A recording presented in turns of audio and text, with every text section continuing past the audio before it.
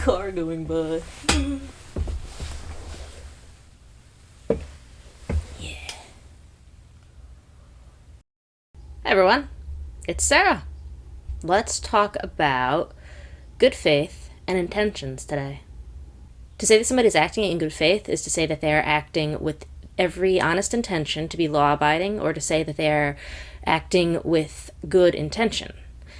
What is an intention? An intention is the aim that guides your action or the purpose in doing some kind of an action. The verb, right? To say that somebody is acting in good faith requires that you have a set of standards that are previously laid out. It requires probably that you have a set of agreed upon laws and agreed upon ideas of that society. You have the ideas of this civilization, wherever it is, that this is the way that we're going to behave, and we have it laid out that way so that it's understood between everybody. Like we were saying with the idea of morals and values, the problems arise when you have people within the society, however they arrived there, who do not wish to be a part of following those underlying bedrock values, those ideas that hold a society together. And if you don't have that, you can't have this idea of somebody acting in good faith. You can't have this idea that you understand what somebody is trying to do because you understand, for example, the sort of ideas that they were raised under. You understand the sort of thought process that their parents were going through. You understand how ideas are rolling through their head because you understand how they were raised. Again, the issue is when you have this idea that's very common and well accepted, I guess, in many Western societies, and honestly throughout many societies in general right now, that physical diversity seems to be more important than having a cohesive society, and in particular a cohesive idea of what society should look like, not physically, but morally or ethically or under the ideas of the society. When you allow for a society, any society, that does not require or request at least adherence, or again, not even adherence, but that you accept and generalize the idea of having a shared moral value, a shared ethical value, when you don't have that as the set standard, what you will have instead is a huge variety of different ethics and morals, which make it impossible to have a cohesive idea of what the society should behave as. And when you don't have that, when you have this salad bowl of ethics, when you have this salad bowl of societal values, you're not able to integrate anything. You have all of these people acting in different ways, and you can't actually bring them together, which means that you can't have the idea of somebody acting in good faith because there is not a standard to adhere to. There is no idea of what is an acceptable intention.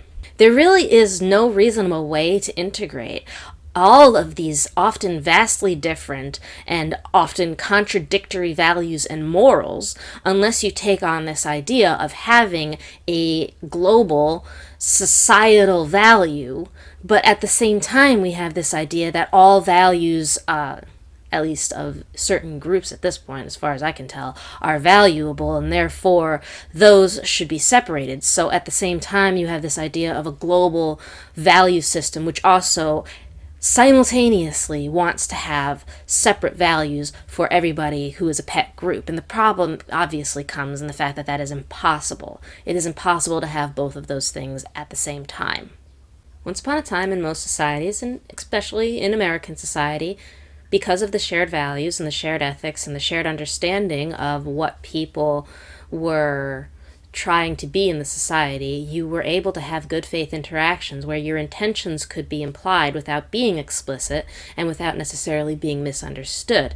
However, fairly recently, this idea has seemed to tumble apart, and a big reason seems to be because of our breakdown in our shared value system. If you don't have a shared value system, it becomes very difficult to infer someone else's intention. You can see this pretty easily in jokes. It's a pet topic right now because it's simply so outrageous the way that people behave about this. Now, I don't really think that jokes are the best example because I think that a lot of people purposely misinterpret jokes or they purposely malalign intention because they want people to feel badly for daring to say something that they don't personally like, and therefore their opinion on a matter becomes more important than the intention of the person telling the joke or a wider understanding of things and the intention of the person speaking.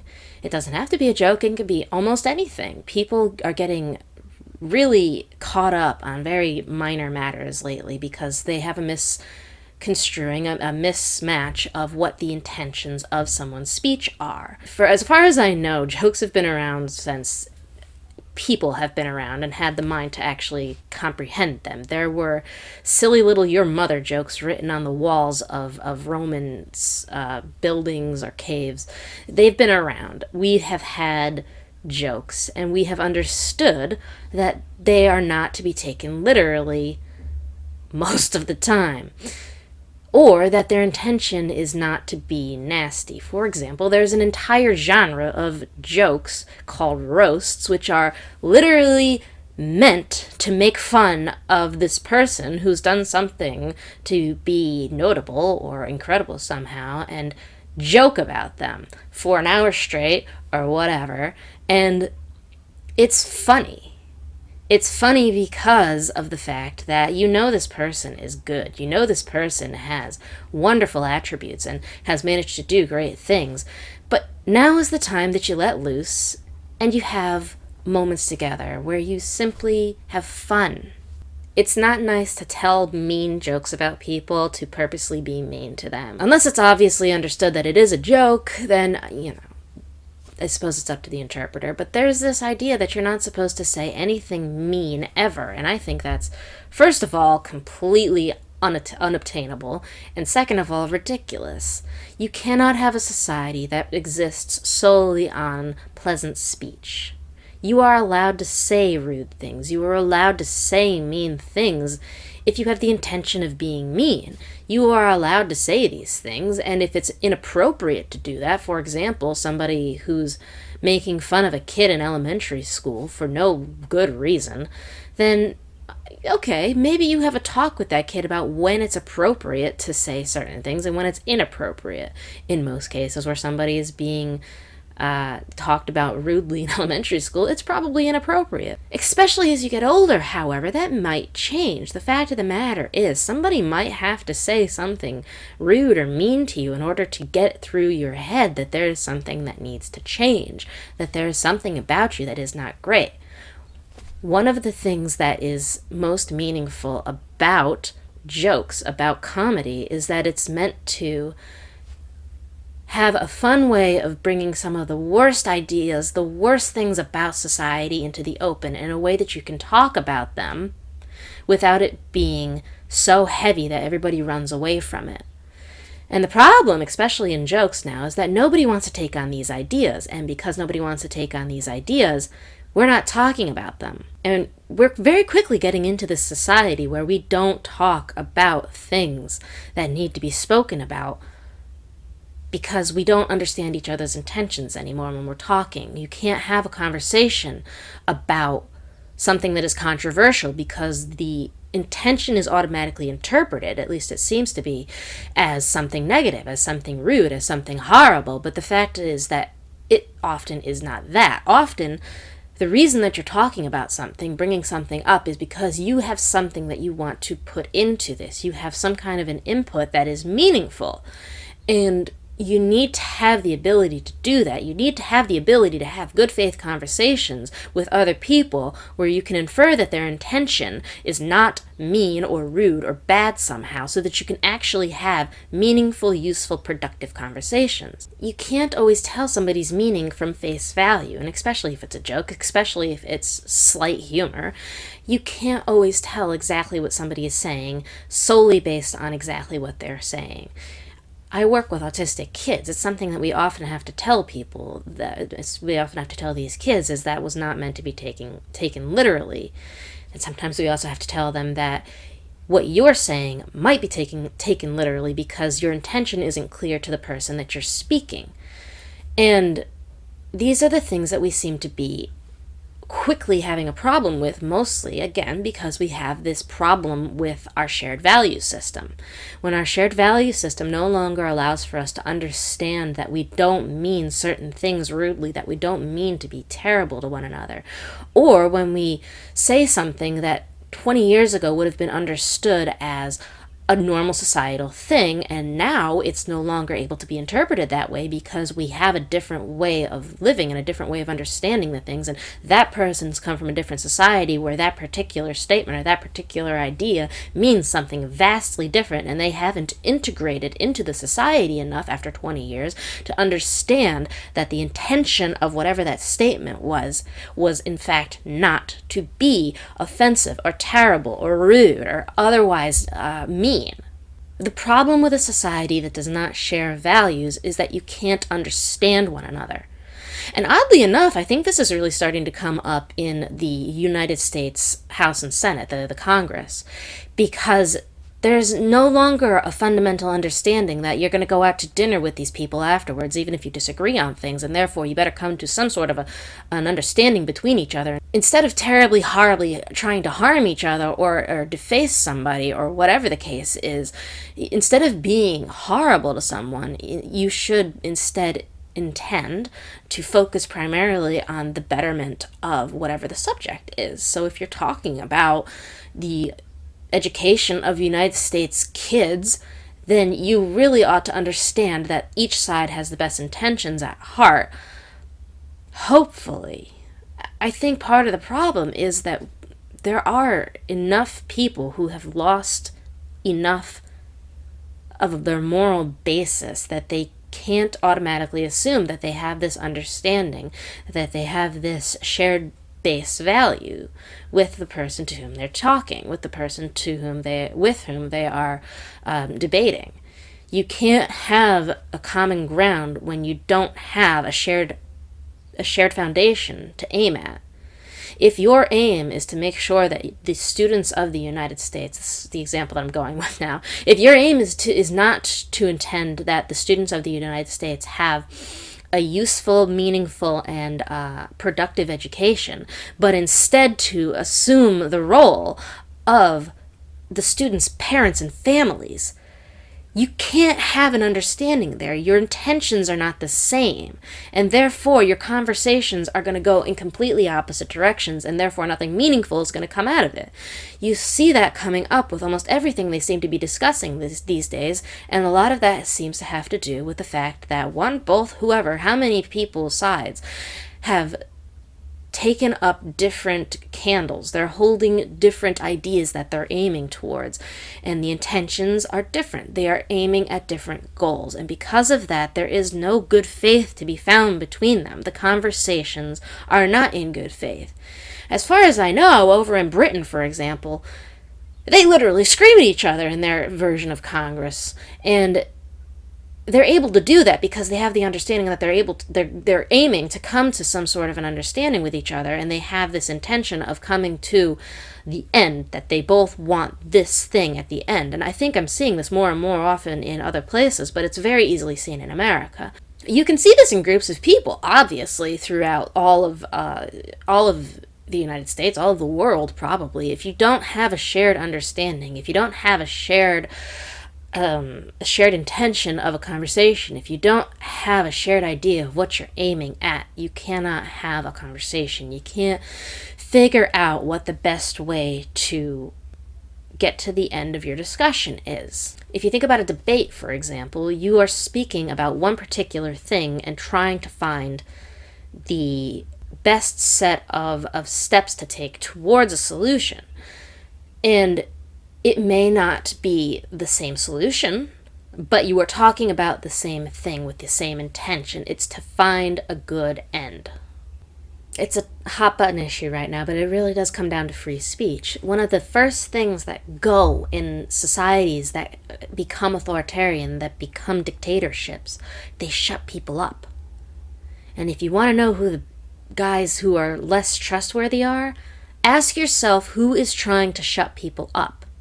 And who says, I don't like what they're saying, but I believe in their right to say it. You can have people who scream day and night, I really hate that guy. I hate what he has to say. He's so awful. But the second that they say, he shouldn't be allowed to say that anymore, and I want the government or some higher political being or societal being to take away that person, that whatever's right to say something, you know you're in trouble when you get there. Because the intention there is very clear. The intention is that you no longer have the ability to have input into society. The intention is to take away a certain idea, a certain viewpoint that might have something meaningful to bring to the conversation. If that's the intention, you need to run in the opposite direction as quickly as possible. And if it's your intention to shut somebody up, you need to really think about why you're doing that. There have been a whole bunch of people throughout history where it was their intention to first and foremost get rid of everybody who had something that they didn't want to be heard in society removed from the society. And because they did that, their intentions were very clear. Their intentions were to insert only their ideas, their thought process, their way of thinking about things, so that theirs would be the only ones that were acceptable, that were literally heard. And you cannot have a society that's cohesive when you're doing that to people. You cannot have a society where you can't say things. You can't have a society where you can't go to your neighbor and talk about something because you don't understand what it is you're talking about. You can sort of see this in the sort of things that happened in Soviet Russia and even in under Mao in China and all over the place where these dictatorships took hold. You couldn't have a good faith conversation with your neighbor because you never knew what that neighbor was going to pick out of that conversation and throw to somebody who could get you either seriously harmed or something more serious. When you take away the standards of a society, when you try to take away the idea of free intention, when you try to assign people their intentions, you create a very, very concerning situation for society. It all comes back together when you get down to the heart of it, because the ultimate intention is to bring people into a society that is able to live together and to maintain societal relations with each other. The thing about having a cohesive society is it doesn't have to be the entirety of the United States looks alike, for example. You can have the Society of Texas have slightly different values than the Society of Connecticut, than Florida, than California, than Idaho. You can have all of these different places have different ideas about the understandings of that area. And if you, for example, move from Texas to Connecticut or Connecticut to Texas or California to Texas, as it were, you have an understanding that you're supposed to adopt the ideals of the area that you're moving to. Of course, you still have this overarching ideal that, for example, you don't stifle other people's speech, that you are going to adhere to the understanding about how the society is set up according to all of the rules that built the society, but you also have more localized rules. Even towns and cities and smaller areas entirely can have significant differences between one another. For example, in my own state, if you go 20 miles into a different direction, it's very likely that you're going to come into an area that has a very different social expectation, a very different social understanding of one another. To a certain degree, that's not great, because it's difficult to have a cohesive understanding of how you want the state to run when you have vastly different ideas of how things should go between Connecticut is famous for having some incredibly rich areas, for example, and some incredible poor areas, and some very, very crime-ridden areas, and some very hippy-dippy, super lefty areas, and all of these ideas coming together. And it's even harder when you bring in people from other places who have different understandings of how this place is supposed to work, but they don't want to adjust at all. And on top of that, you still don't have this understanding, this baseline, this foundation understanding of what the morals of the society are, and therefore you have a slew of problems, an entire host of things that are going to go wrong because you don't have the ground to start from. And when you don't have the ground to start from, you don't have any ground at all. What we need to do is we need to start building up the ideas of the society again. We need to start building up the standards of morals that are shared between all of us. Instead of saying that we have a salad bowl, we need to get back to the idea of having the melting pot. You need to get back to the idea that if you're going to be in a certain place, you are probably going to behave in a certain way. There are some things that you simply need to do when you come into a new place. Again, I moved to Japan for a year, and one of the things that I learned to do was I learned to go to a temple, and I learned how to pray at a temple because that was one of the things that you do around there. I learned that you speak very quietly if you're going to speak at all on a train. I learned that you don't run around, and you don't stomp on floors, and you don't do rude things because people will look at you funny, and they will judge you. Personally, I think there is a very useful nature to having things such as shame and judgment and that sort of idea, where it's not necessarily positive, but it is kind of necessary. If you don't have these ideas to sort of put back into place things that have fallen out of place, then everything skews and spreads, and you can't actually find where the center is, what you're aiming at anymore, and you have bigger problems. And a society has every right to define what they want the society to look like. The biggest problem with the United States, as far as I can see it right now, and many other Western cultures, is that we are trying to redefine society actively and quickly. We are going very fast, and there is a steamrolling happening here because we're not taking into account the old. I mean, progressivism in general, its entire reason to be, its raison d'être, is to take away all of the old and implement brand new things. It is literally to get rid of history. Well, not everybody wants that. And those people are not willing to integrate the people who want to keep history and who want to keep parts of society that have worked for a very long time or seem to work just fine. They want to redo everything based on what they think is right. You can't have a society like that. Your intentions are too far from each other to be able to meet in the middle. I suppose at the most simple level, the intention is to have the best society, but that's too vague. You need to get more specific than that when you're trying to define things for the entirety of society. If you want to say that guns are bad, for example, you need to define what exactly about them is bad and work on that specifically. You need to have your intentions lined up so that you can actually discuss things and find solutions in the middle.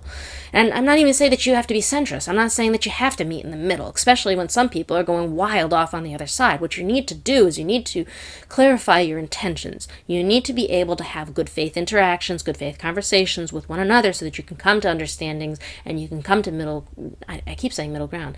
You have to be able to have these things so that you can find out what looks to be the best way to go with these things.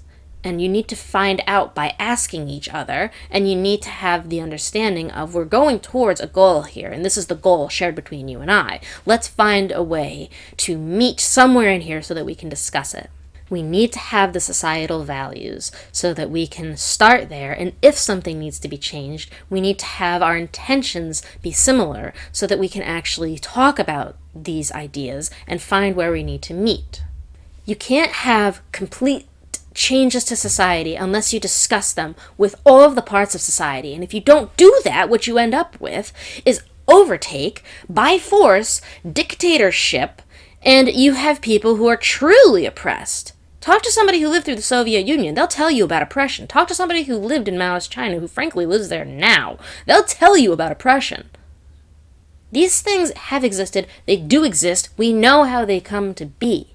And the best way to get there is to misinterpret intentions, is to make sure that people cannot have good faith conversations with each other, is to make sure that there is no understanding of one another because of your foundation values. If you get rid of that, your society goes with it.